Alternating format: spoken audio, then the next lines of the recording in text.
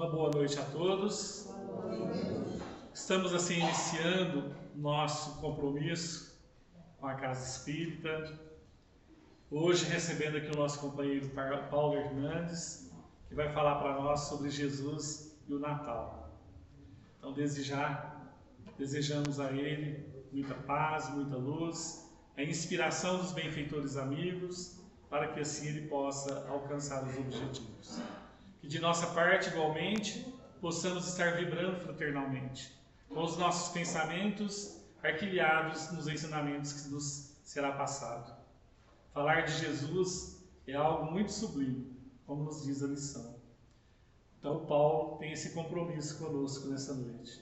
Que sejam todos bem-vindos e que assim possamos iniciar o nosso encontro, agradecendo a Jesus por mais esse momento, por essa paz, por essa luz e por todos os benefícios que regem sobre nós.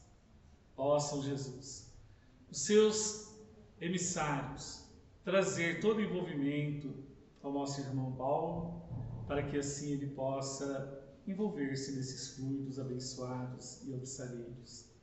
De nossa parte, igualmente, possamos ser envolvidos para que todos nós tenhamos o nosso pensamento voltado por essa luz sublime de aprendizagem. Em teu nome, iniciamos o nosso encontro da noite. E que a paz seja com todos. Que assim seja. Paulo, é com você. Se quiser trazer, pode.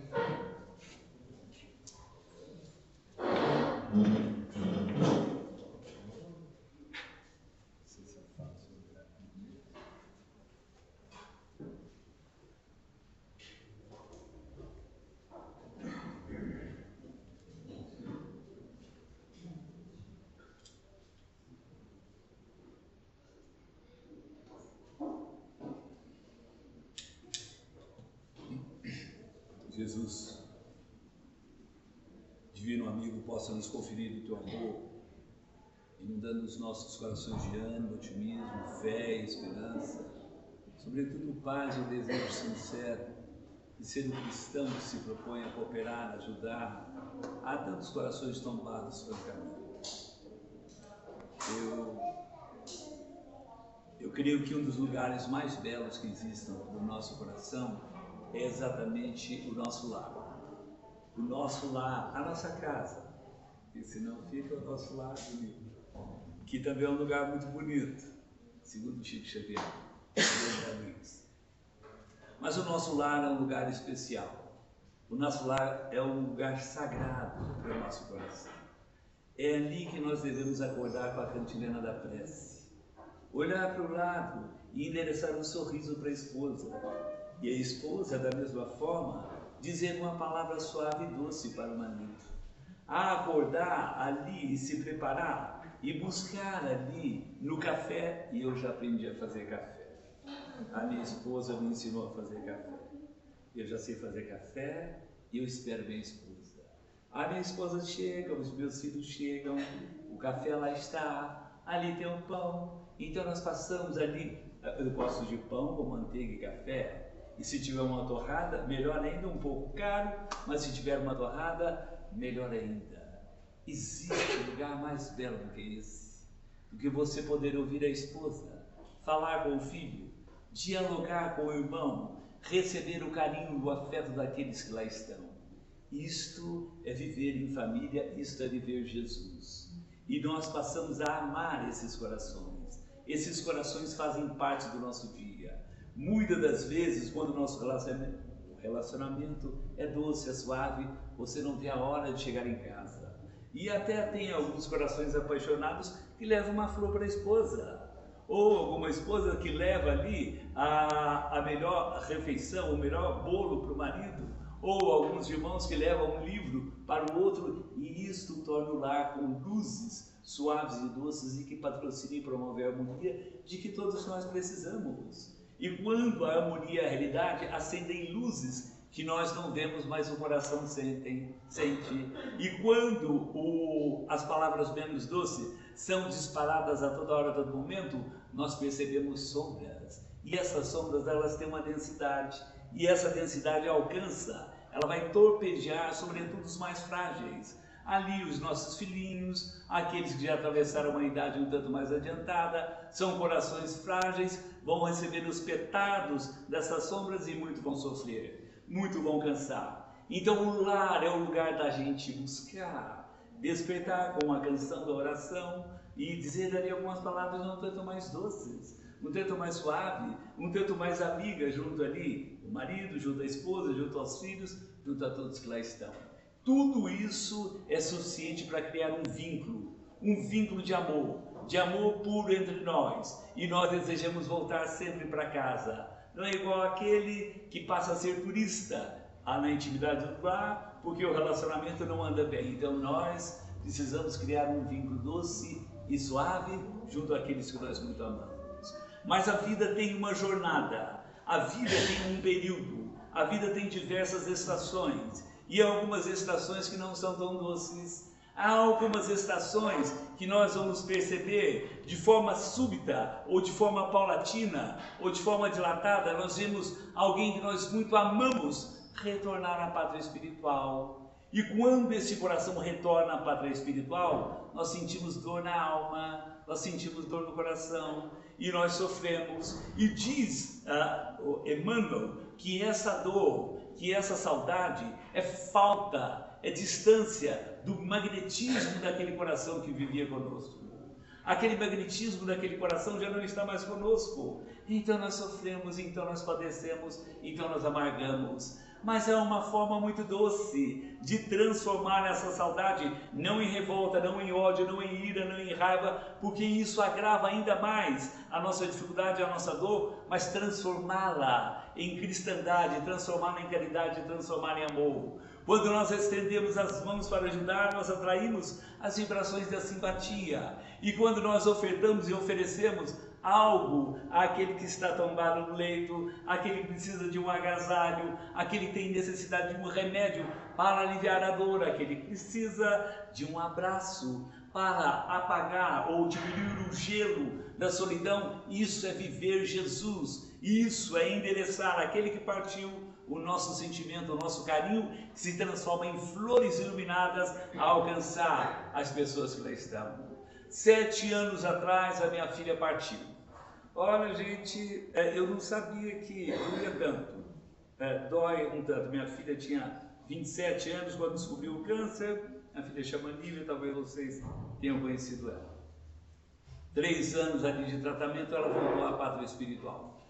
7 anos se passaram e até hoje eu choro, até hoje as lágrimas brotam na minha face, não de desespero, não de aflição, não de revolta, mas de lembrar dos bons momentos que nós passamos juntos. Nós viajamos juntos, nós fomos para a praia juntos, nós estudamos juntos, nós vivemos juntos, nós aprendemos juntos. Então hoje juntos nós fazemos as preces todos os dias, pela manhã, para endereçar as flores do meu sentimento, do meu carinho, do meu afeto, a quem eu muito amo e que com certeza se alegra com as atitudes da família, de viver em harmonia, de viver em equilíbrio. Mas então Emmanuel diz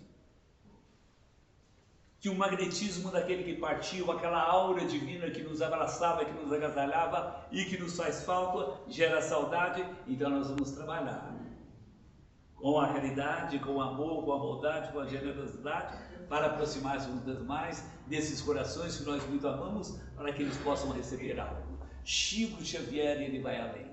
Chico Xavier era acompanhado por uma multidão de pessoas. E essa multidão de pessoas, muitos deles tinham o coração vazio, tinham o coração em tédio, tinham o coração em amargura, tinham o coração que sofria, que padecia, e todo mundo perguntava: mas Chico, qual a razão de tanta tristeza? Qual a razão de tanto padecimento, tanto sofrimento no coração? E Chico dizia, é que eles estão com saudades de Jesus.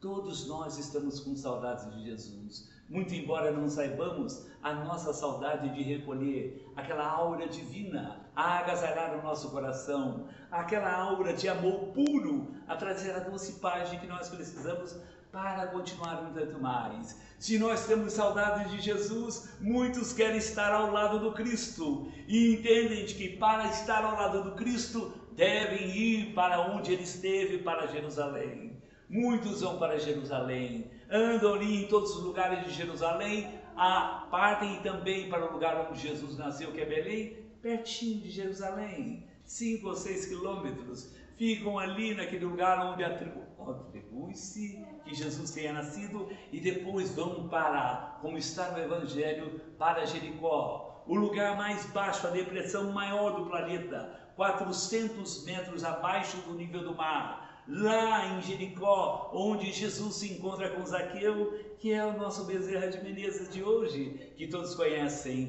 e todos nós, e este que quer buscar Jesus, passa também por Jericó. Depois de Jericó, aquela terra deserta, passa ali ao lado do Mar Morto e já alcança o Rio Jordão. O Rio Jordão é sinuoso, é mais ou menos do tamanho do Rio Sapucaí. Alguém conhece o Rio Sapucaí? Aqui pertinho?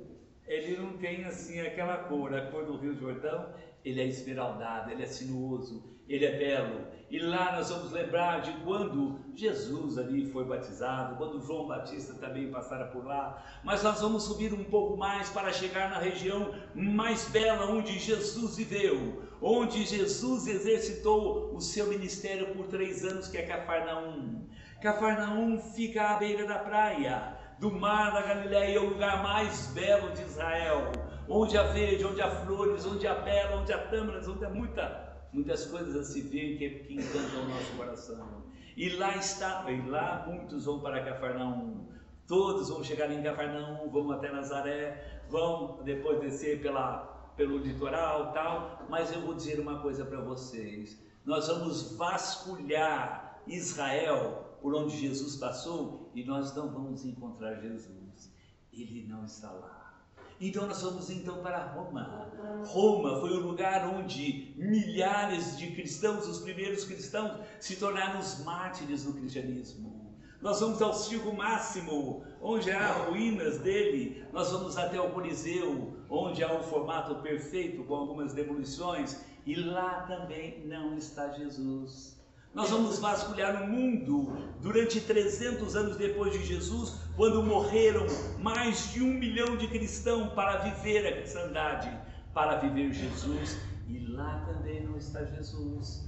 Mas onde está o Cristo? Onde está Jesus que nós podemos encontrar? Ele mesmo disse que ele estará onde há aquele coração estender a mão para ofertar a caridade, a bondade, a generosidade, a humildade, o perdão, a compreensão, a tolerância, o carinho, o afeto, o amor puro. Quando nós vivemos o sacrifício, quando nós vivemos o esforço, quando o nosso coração estiver disposto a trabalhar e estender as mãos para cooperar com quem sofre, com quem padece, isto é viver Jesus. Quando nós assim fizermos, Jesus estará dentro do nosso coração, porque a aura do Cristo abraça toda a terra. Há um problema de sintonia, há um problema de comunhão, e quando eu amo, quando eu sirvo, quando eu coopero, quando eu ajudo, eu sou abraçado por essa aura do Cristo. E a aura do Cristo é de amor puro, é de amor que te agasalha para te fortalecer, para te animar, para deixar contigo o que tu precisas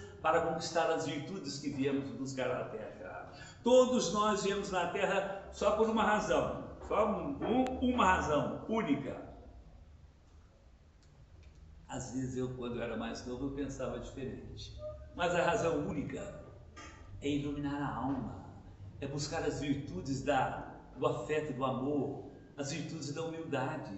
Então eu preciso iluminar a alma, amando, perdoando, compreendendo, tolerando, sendo paciente. Será que eu estou vivendo essa realidade na intimidade do lar? Será que hoje eu enderecei uma palavra áspera, azeda, ali na intimidade do meu lar, para minha esposa, para meu filho, para o meu irmão? Se assim eu fiz, eu estou aprendendo com Chico Xavier, que eu não fico bem. Chico Xavier, quando dizia uma palavra um pouco alterada, ele ia para a cama. Eu percebi que isso também me faz mal, então eu preciso vigiar aquilo que falo. Então aquele que quer viver Jesus, ou que quer encontrar-se com o Cristo, vai encontrar-se na intimidade da alma, amando, servindo, cooperando, trabalhando, perdoando, assistindo, guardando a humildade, a generosidade.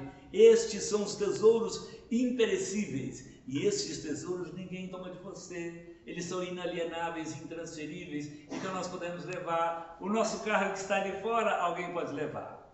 Ali a nossa carteira também pode ser levada. Mas a nossa humildade, a nossa bondade, a nossa generosidade, o nosso amor, o nosso carinho, o nosso afeto, ninguém toma de nós. Porque nós estamos em comunhão com a bondade celeste, nós estamos em comunhão com o alto. Então quem quer buscar Jesus, quem quer encontrar-se com Cristo, deve sim trabalhar esses propósitos para viver essa realidade de Jesus, hoje mesmo, agora mesmo. E o curioso de tudo é que às vezes nós não entendemos, mas Cristo, Ele está no detalhe. Às vezes a gente imagina, nossa, mas eu preciso fazer um orfanato ou uma creche com 1000 crianças, eu preciso fazer um hospital, Às vezes o detalhe, o Cristo está no detalhe. Às vezes aquele detalhe pequenino é o suficiente para endereçar ao teu coração as vibrações de afeto, as vibrações de amor, as vibrações de bondade. Um dia eu fiz uma palestra numa determinada casa e eu percebi que tinha um menino de 8 anos. Eu falava, o menino olhava para mim. Eu mexia para cá, o menino também mexia. Ele olhava, falava, ele observava cada gesto, cada palavra que eu dizia. E terminou a palestra, eu percebendo o menino ali de 8 anos, ele levantou-se com talvez a mamãe dele, pegou na mão e desapareceu. Desapareceu e na semana seguinte, olha o menino lá.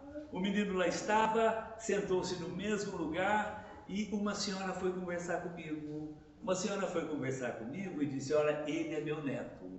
E eu vou lhe dizer alguma coisa. A semana passada, ele veio à palestra. Ele nunca tinha ido à palestra. Ele veio à palestra e ele se sentiu flutuar. Talvez se sentiu flutuar pelo ambiente que vocês têm aqui, pelas vibrações que acabam partindo de cada coração daqueles que aqui estão.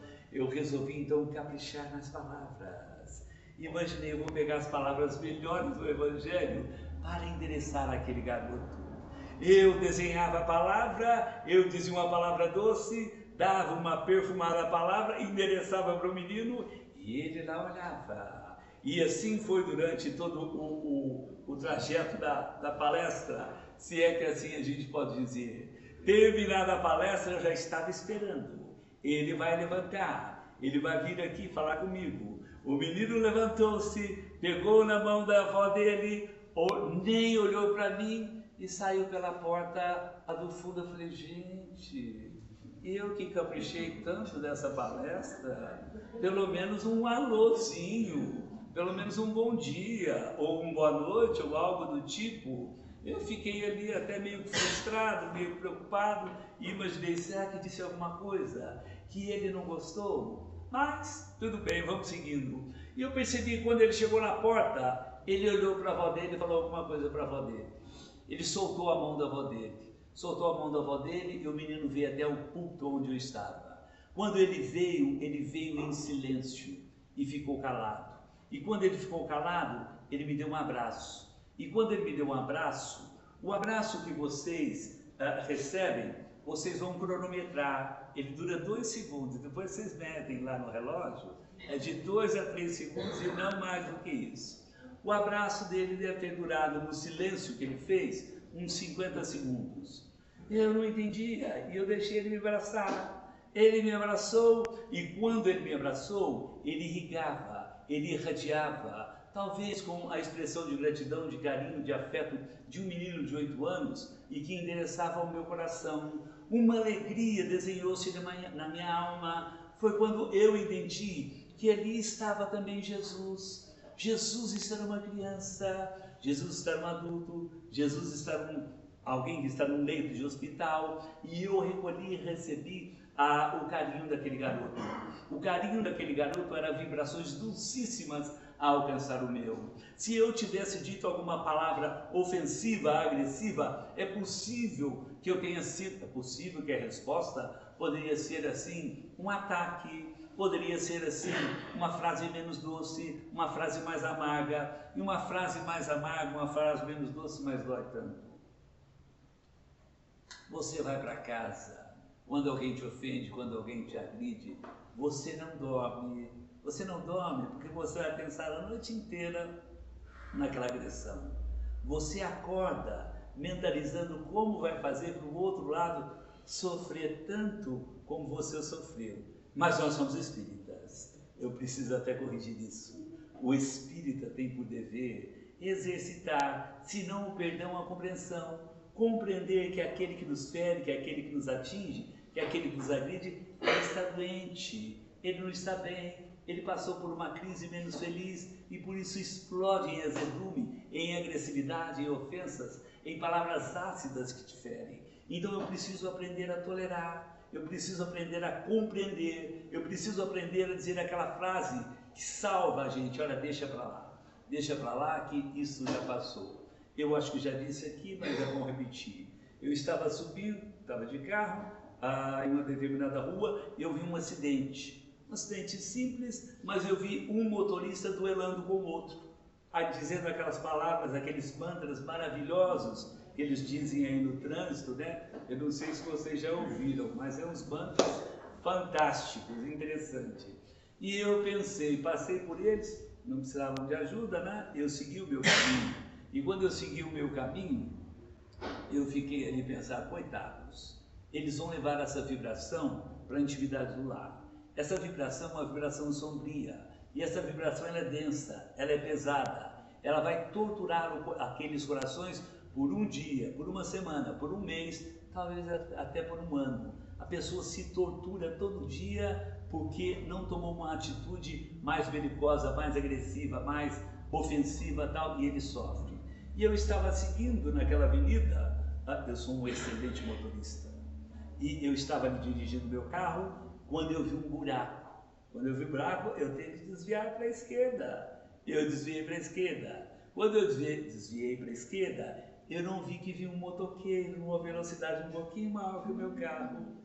Quando eu olhei para o lado, claro, a espiritualidade me ajudou a reconduzir o veículo e por 1 milímetro talvez eu não derrubo o motoqueiro. E quando eu não derrubei o motoqueiro, nós ficamos na mesma velocidade. Eu vi quando ele levantou a aba do capacete e eu percebi que a expressão era densa, percebi que a expressão era carregada. Ele olhou para mim, eu pedi para a espiritualidade: e agora o que eu faço?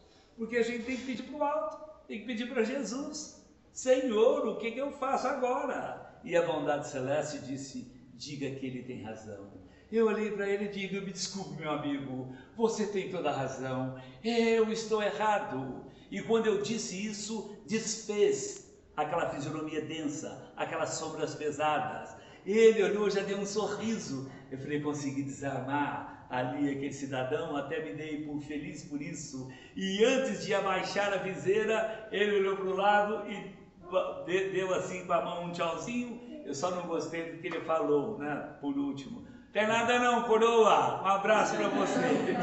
Eu fiquei ali meio que diferente, quase que agora, tal, mas eu tenho que aprender a tolerar, eu tenho que aprender a compreender, eu tenho que aprender a entender. Se não aprender a entender, eu não vou deixar a bondade celeste, Jesus, viver no meu coração. Eu só posso viver Jesus, o perdão, a caridade, a humildade, a bondade, a generosidade, a tolerância, a paciência, se elas forem a realidade constante do meu coração. É possível até que eu venha tropeçar, mas se eu tropeçar, que eu tenha a dignidade e a coragem de me levantar e pedir perdão, e olhar para o outro lado: olha, você estava correto, você estava certo, me perdoe. O diálogo é fundamental. E Emmanuel diz o seguinte: quando nós renunciamos a uma vingança, nós evitamos comprometimentos por um século às vezes. Então deixa para lá. Nós temos que aprender a deixar para lá. Se nós aprendermos a deixar para lá, nossa vida vai se transformando, vai melhorando. Mas eu devo dizer que todo mundo não. O Paulo Hernandes e mais algumas pessoas, às vezes acordam meio que diferente, acordam meio que alterado. Eu não sei porque um dia eu acordei meio diferente, acordei meio que alterado, acordei meio que irritado. Eu olhei para o alto porque é desse jeito. Quando eu olho para o alto olha para o meu coração. Quando as dificuldades surgirem para vocês, podem olhar para o alto. Se vocês olharem para o alto, é campo sagrado. E esse campo celeste vai endereçar os recursos de que nós precisamos naquele minuto, naquela hora, se você abrir o campo, se você abrir canal para recolher essa dificuldade. Eu olhei para o alto, falei com Jesus, mas não é que aquele desarranjo ainda estava no meu coração, eu ainda fiquei meio que irritado, e meu filho dizia, olha, nós temos que ir trabalhar, meu filho trabalha comigo e tal. Eu entrei no carro, estava do lado dele, e quando o carro saiu, eu tenho na rua da minha casa, tem uma jovem, mas linda, belíssima, encantadora. Ela cuida de limpar a rua. Ela cuida de limpar a rua, e eu às vezes vou lá, levo um café para ela, eu levo um copo de água para ela, eu vou dialogar com ela, e ela tem um sorriso muito bonito. E quando eu saí à rua aquele dia, ela lá estava no portão da minha casa, olhou para mim e expressou aquele sorriso divino, celeste, e disse, muito bom dia, Senhor. O muito bom dia veio carregado das vibrações mais doces, mais suaves. Aquelas vibrações dulcíssimas diluíram as sombras que me perturbavam o coração. Isto é viver Jesus. Ela estava vivendo Jesus, o médico celeste, para diluir as sombras que me perturbavam naquele momento. Foi mais um copo de café que eu tive que fazer, gente. Mas muito bem feito. Que coisa mais bela, mais encantadora do que estender a mão, do que estender uma palavra, do que estender o carinho. Amanhã vocês façam isso, gente. Olha, se possível, leve ali um copo de água, leve ali um café. Sabe aquele pãozinho que vocês fazem? Se tiver uma torrada que é um pouquinho caro, ou talvez hoje não sei se está caro assim, né? A moça ali sabe. Mas leva lá uma torrada para ela. Bate um papo com ele. A vida é assim. Todos nós na Terra estamos ligados um ao outro. Isto já foi provado. J.S. Bell provou isso. É como se você pegasse uma molécula e partisse ao meio e levasse uma para São Paulo e outra aqui em Franca. E a de Franca você mudasse de forma magnética, ou mudasse o campo magnético dela de maneira forçada. A outra parte que está em São Paulo imediatamente vai se transformar como aquela que ficou aqui em Franca. E eles dizem, a ciência diz, de 64 e provado em 1972, que tudo isso está ligado, todos nós estamos ligados um ao outro. E os elos que nos ligam devem ser os elos do amor, devem ser os elos do afeto. Os elos do ódio, eles trazem desarranjo, eles trazem dores, eles trazem sofrimentos e padecimentos. A palavra Tantra, em sânscrito, ela significa rede. Ela diz que o universo é uma teia, ou melhor, ela significa teia. O universo é uma teia e todos nós estamos nessa teia, de forma que a lágrima que é vertida lá em Gaza, lá na Síria, lá no Oriente Médio, essa tristeza, uma gotícula dela alcança o meu coração. O teu sorriso, o teu carinho, o teu afeto e a tua prece, ela é endereçada em gotículas àqueles que sofrem, que estão no Oriente Médio. Então todos nós estamos conectados. Se nós queremos um mundo feliz, um mundo de paz, que a gente possa viver o amor, porque Jesus aqui veio para falar do amor, para falar da bondade, da generosidade, da fraternidade, e nós temos alguma dificuldade para entender. Mas é preciso dizer que Deus não abandona ninguém. Ele cria mecanismos para nos socorrer. E os mecanismos mais interessantes, e desses mecanismos interessantes, eu me lembro de Dona Alzira.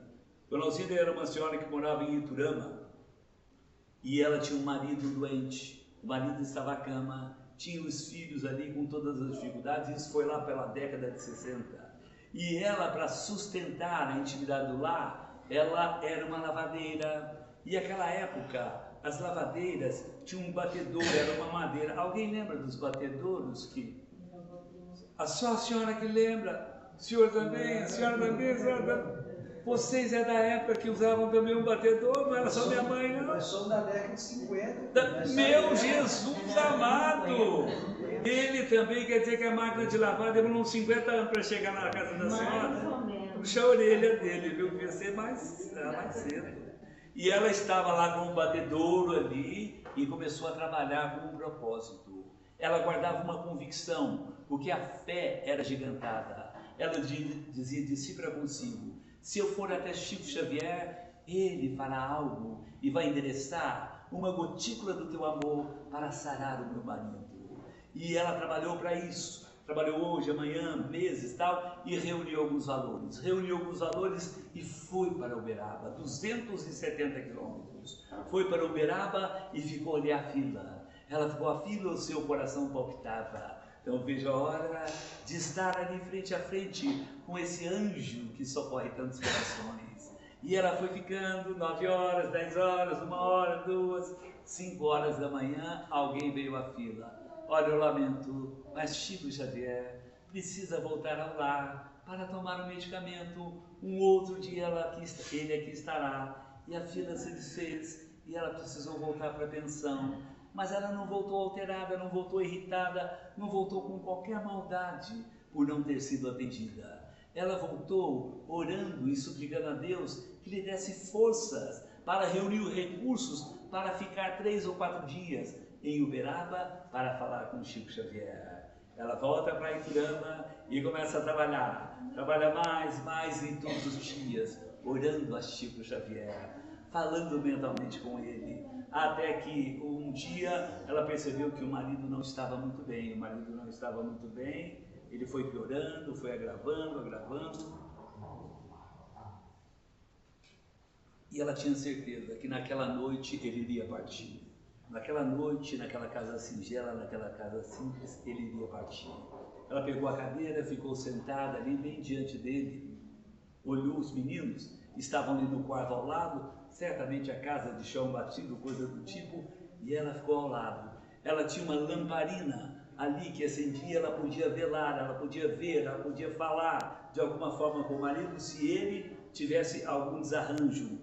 Mas a casa dela tinha muitas dificuldades e a janela tinha uma fresta. Em determinado momento daquela fresta, uma lufada de vento vem e apaga a lamparina. Apagou a lamparina, é muito fácil, é só acender, mas ela não tinha dinheiro sequer para comprar uma caixa de fósforo. Ela então ajoelhou-se, colocou as mãos juntas e passou a orar, pedindo a Chico Xavier o amparo e o socorro ao marido que partia. A prece foi tão fervorosa que naquela hora, naquele momento, ela viu uma luz no teto. Quando ela viu a luz no teto, ela até pensou: gozado, eu não paguei a CEMIG. Aqui em Franca é CPFL, né? Ela não pagou a CEMIG, será que aconteceu alguma coisa, né? E ela começou a perceber que aquela luz começava a ganhar dimensão. E as dimensões foram aumentando até que aquela luz chegou ao chão bem diante dela. E aquela luz se materializou em um anjo chamado Chico Xavier. Ela dá um grito e diz: Chico Xavier, o meu marido está partindo, o meu marido está morrendo, socorra-o. E Chico disse para ela: serene o teu coração. E Chico, claro, estende as mãos luminosas do teu afeto, do teu amor e endereça àquele que lá estava os recursos medicamentosos de que ele precisava. E ele que tinha necessidade, até que depois de fazer aquela operação magnética e de muito amor junto àquele que lá estava, ele volta pelo mesmo lugar. E quando ele volta pelo mesmo lugar, as luzes desaparecem e ela fica mergulhada no breu. Ela nada enxerga e, por incrível que pareça, ela se preocupa, mas a preocupação dela durou pouco, porque o bálsamo das vibrações divinas de Chico Xavier a levou ao sono e ela tomba ali no sono. Quando ela tomba no sono, ela acorda no outro dia, o marido estava curado, o marido já estava de pé. Ela então diz para ele: nós vamos trabalhar juntos e nós vamos agradecer a Chico Xavier. Eles trabalharam junto e em breve estavam lá em Uberaba. Estavam em Uberaba, eles estavam na fila e ela dizia: será que Chico vai me atender dessa vez? Quando ela dizia isso, Chico passava do lado dela e Chico disse: dona Alzira, tudo bem? Vejo que o seu marido melhorou. E ela caiu naquela perplexidade de ouvir o nome dela falando por aquele anjo chamado Chico Xavier e começou a dialogar com o Chico. Mas para resumir, Chico olha para ela e diz: agora tu precisas trabalhar. Tu precisas trabalhar e exercitar a faculdade da mediunidade de cura, que você é portadora, mas está dormindo em ti. Mas ela disse: mas Chico, eu nada sei disso. Você vai construir no fundo da tua casa um pequeno cômodo singelo, uma sala singela, e vai receber muitos corações para recolher o alívio de que muitos precisam. E eu vou deixar não. Eu tenho certeza que eu tenho aqui do meu lado um mentor que vai ficar contigo. Ela é mesmo? Mas será que é um mentor que conhece alguma coisa para me ajudar? Ele diz, sim, ele está aqui, ele se chama Eurípides Barçanufo, vai ficar aí para te ajudar durante muito tempo. Eurípides Barçanufo parte para Iturama para continuar a desenvolver aquele trabalho. Ela que muito recebeu, que muito recolheu, agora era a oportunidade de ofertar e oferecer aquilo que tinha recolhido para tantos que padecem. O alívio, o carinho, o afeto que você endereça a alguém, está lá no livro dos livros. O amor cobre a multidão dos pecados. Alguns de nós, como eu, mais como eu tenho uma sucessão de erros e enganos. E essas sombras, elas pesam na economia de paz da vida presente. Então eu preciso muito amar, eu preciso muito servir, eu preciso construir muitas luzes para diminuir as sombras que eu espalhei em existências pregressas, em existências passadas. Então é preciso muito trabalhar. Se nós muito trabalharmos, nós vamos alcançar ali não os lugares, mas as situações, mas o clima de paz. Todos nós estamos na Terra para encontrar esse clima de paz, esse clima de serenidade, esse clima de harmonia, iluminando a alma, estudando mais, cooperando mais, trabalhando sempre mais. Em Minas Gerais, existia no começo do século passado um coronel chamado Coronel Afrânio. Estou olhando só o tempo e até aqui. Ele chamava Afrânio, ele tinha uma fazenda muito, muito grande. E ele tinha plantações nessa fazenda que se perdiam de vista. Era muito, muito grande. E nessa casa grande, nessa casa luxuosa que ele tinha uma filha que ele amava. Chamava-se Adriana, ele amava a Adriana. E ali naquela fazenda tinha uma capela. A capela, toda semana o padre lá estava para rezar a missa. Tinha o gabinete do médico, o médico toda semana lá estava para atender ali aqueles que sofriam e que padeciam. Mas a Adriana chegou no tempo primaveril e o seu coração passou a se enamorar por alguém. E não é que o coronel Afrânio permitiu que ela se casasse com um advogado chamado Anselmo. E no dia do casamento foi naquela capela. A capela ficou toda decorada, ficou belíssima. E eles fizeram, o coronel Afrânio era muito rico, ele fez uma festa de 3 dias. Hoje uma festa de um dia já é assim, um pouquinho caro, né? Não sei se a moça ali já fez uma festa, mas a gente gasta um pouquinho, né? Vocês já fizeram aniversário de 15 anos de alguém? Imagina o aniversário, o casamento para ficar 3 dias. E 3 dias foram por alegria. A felicidade era constante no coração de Adriana e de Anselmo. E eles já foram para a casa deles, a felicidade morava do lado, ou morava no coração deles, muitos sonhos, muitos projetos, muitas esperanças, tudo era belo, tudo era encantador, tudo era divino, tudo era felicidade, os sonhos nasciam, os filhos, as viagens e isso e aquilo, até que um dia Adriana acordou prostrada à cama, ela não estava bem. Ela não estava bem e entendia que precisava de algum medicamento. E logo seu pai chamou o médico da fazenda. O médico da fazenda foi lá, auscultou, analisou, olhou e logo propôs um medicamento terapêutico para que ela pudesse se curar. Não resolveu nada. Ela passou uma semana, o problema foi agravando. Eles convidaram um outro médico. O outro médico foi lá, auscultou, analisou, avaliou e propôs um outro tipo de medicamento. Agora sim, não resolveu nada também, e as dores foram aumentando, e ela se prostrava cada vez mais na cama. Ela foi se prostrando, e o médico, o terceiro médico foi lá, olhou e disse, você tem uma doença grave, difícil de curar. Eu vou dizer uma coisa para vocês, a André Luiz diz isso, e a doutora Marlene Nobre também diz isso. Quando alguém chega e diz, olha, você tem uma doença incurável, você tem uma doença que você não vai escapar, nós criamos uma fixação mental. Quando nós criamos uma fixação mental, a nossa cabeça, a nossa casa mental, ela só pensa nas dificuldades que essa doença vai produzir. Nós passamos a ser o pessimista de toda hora, de todo momento, e nós não lembramos de falar para o nosso coração ou para a nossa casa mental sobre a saúde. Nós nos esquecemos do termo de saúde. Exatamente nesses momentos de doença e de enfermidade que nós temos que pensar em saúde com Jesus. Se tu pensares em saúde com Jesus, o alto vai endereçar aquilo que precisa. Chico Xavier perguntou para Emmanuel: eu quero saber quando eu vou morrer. Antigamente tinha isso. Todo mundo interessado em saber quando ia morrer. Aqui todo mundo vai morrer só daqui 60, 70 anos, né? Então tranquilo. Eu também. Então é assim. E Chico perguntou para Emmanuel: quando que eu vou morrer? Emmanuel disse para ele: eu não posso lhe dizer, porque se eu lhe disser quando você vai morrer, a data, você automaticamente vai começar a desligar os seus centros vitais e você vai voltar à pátria espiritual de forma antecipada. Então nada dessa história da cigana lá, quando você vai morrer. Não, eu já caí nessa, já sofri, não vou sofrer mais não. Então nada dessa história de ficar prevendo aí essa questão de morte e tal. Eu já sofri porque um dia eu tinha 14 anos de idade, a cigana leu a minha mão. Ela leu a minha mão, olhou e disse: você vai se casar com uma morena. Eu disse: é mesmo? Sim, você vai se casar com uma morena. Todas as namoradas loiras que apareceram, eu dispensei. Porque a cigana falou que ia me casar com a morena. Mas eu estou procurando essa cigana até hoje. Porque minha esposa já mudou de cabelo acho que umas 10 vezes, já virou morena, já virou loira, azul, colorida de todo jeito. Então é desse jeito. Mas lá ela estava prostrada, ela iria morrer. E como ela iria morrer, ela tinha uma senhora que era filha de escravas, chamava Dona Mariana, e Dona Mariana guardava uma humildade muito grande.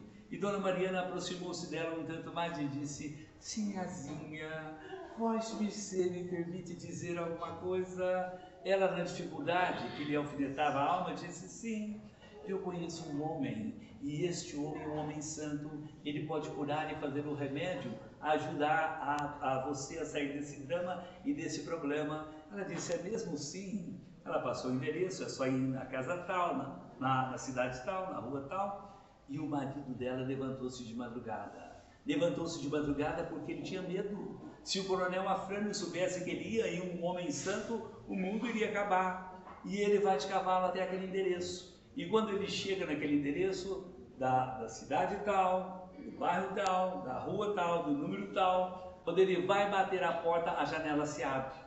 Meu Deus do céu, até parece que tinha alguém lá aqui me aguardando, né? E a pessoa que abriu disse: ah, Anselmo, eu estava esperando por você.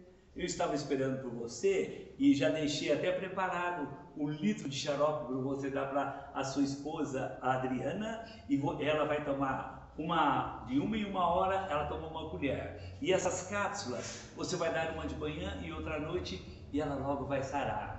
Ele olhou para aquele homem e disse: o senhor acha que se enganou, porque o senhor não me conhece? Não, não, você é filho de tal fulano, ciclano, você é advogado, você é isso. E ele saiu de lá, pegou aquilo, e o homem, antes dele sair, o homem disse: olha, eu devo me apresentar também, eu me chamo Eurípides Barçanufo.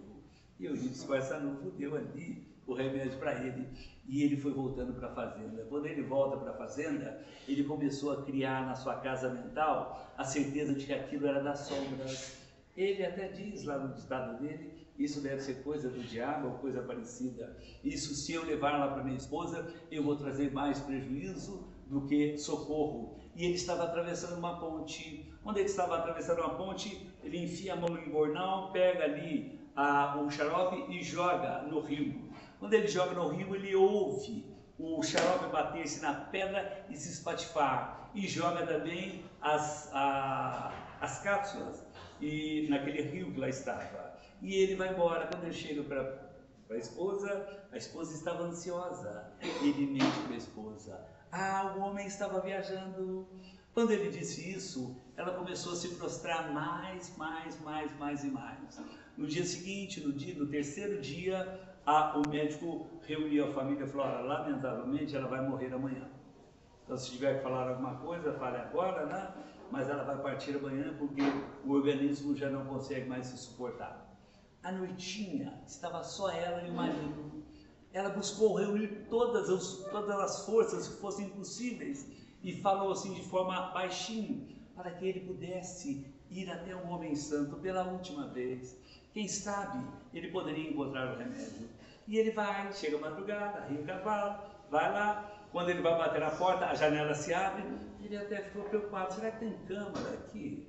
Mas em 1915, meu Deus do céu, abriu e lá estava Eurídice Barçanufo. E Eurídice Barçanufo disse, eu estava lhe esperando, Anselmo. Aqui está o xarope para você dar para sua esposa. Agora as cápsulas, meu filho, você vai descer no rio, você vai dar 3 metros ao longo da margem e olhar para a esquerda 1 metro, as cápsulas estão no meio das pedras. Ele achou aquilo curioso, pegou o cavalo e foi. E quando chegou à ponte, ele desceu ali a ponte, foi pela margem, andou 3 metros, olhou 1 metro para lá estavam as cápsulas. Ele pegou as cápsulas, colocou ali no embornal, foi para a fazenda, deu para a esposa. Resumindo, 2 ou 3 dias depois a esposa dele estava curada, estava sarada e já não tinha mais qualquer problema, pelo socorro da bondade do céu, de Jesus e de um anjo que a gente considera que é o Eurídice Barçanufo.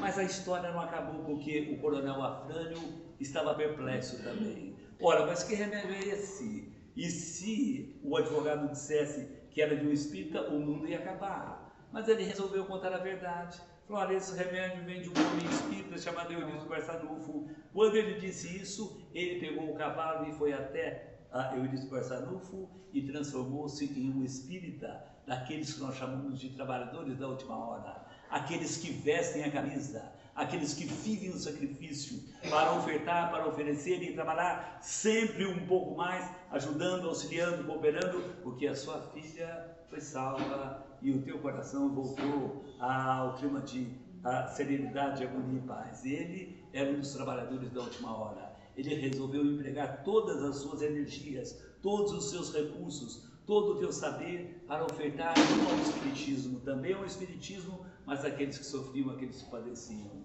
Fica registrado o nosso carinho, o nosso afeto. Apenas lembrando que, muitas vezes, uma palavra amiga, uma prece amiga, uma mão estendida, um abraço que você oferece a alguém, pode transformar corações. Esta semana teve um evento de um grupo que a gente participa e vieram muitas famílias com dificuldades tantas. E nós falamos, fizemos a prece, demos um abraço aqui, acolá, dizemos uma palavra para essa ou para aquela, tal. E no final, eu vi uma jovem mamãe, com os filhos ali, e são de outra cidade que a necessidade é muito, muito, muito maior do que Franca. Ela tinha os filhos nas mãos e ela chorava. E ela veio para o meu lado e me disse, depois de um abraço, ela me disse, vocês hoje salvaram a minha vida.